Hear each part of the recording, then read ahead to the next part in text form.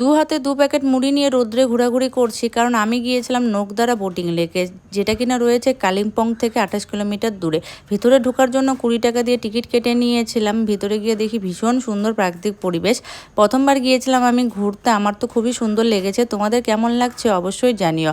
ঝিলের মধ্যে ছিল প্রচুর প্রচুর পরিমাণে মাছ, মাছদের খাওয়ানোর জন্য বাইরে মুড়ি বিক্রি হচ্ছিল, তাই আমিও 2 প্যাকেট মুড়ি কিনে নিয়েছিলাম। তোমরা চাইলে এখানে বোটিং করতে পারবে। আমার হাতে যেহেতু সময় ছিল না, তাই আমি বোটিং করিনি। মুড়িগুলো জলের মধ্যে দিতেই কতগুলো মাছ চলে এসেছিলো, এরকম অভিজ্ঞতা আমার এর আগে হয়নি।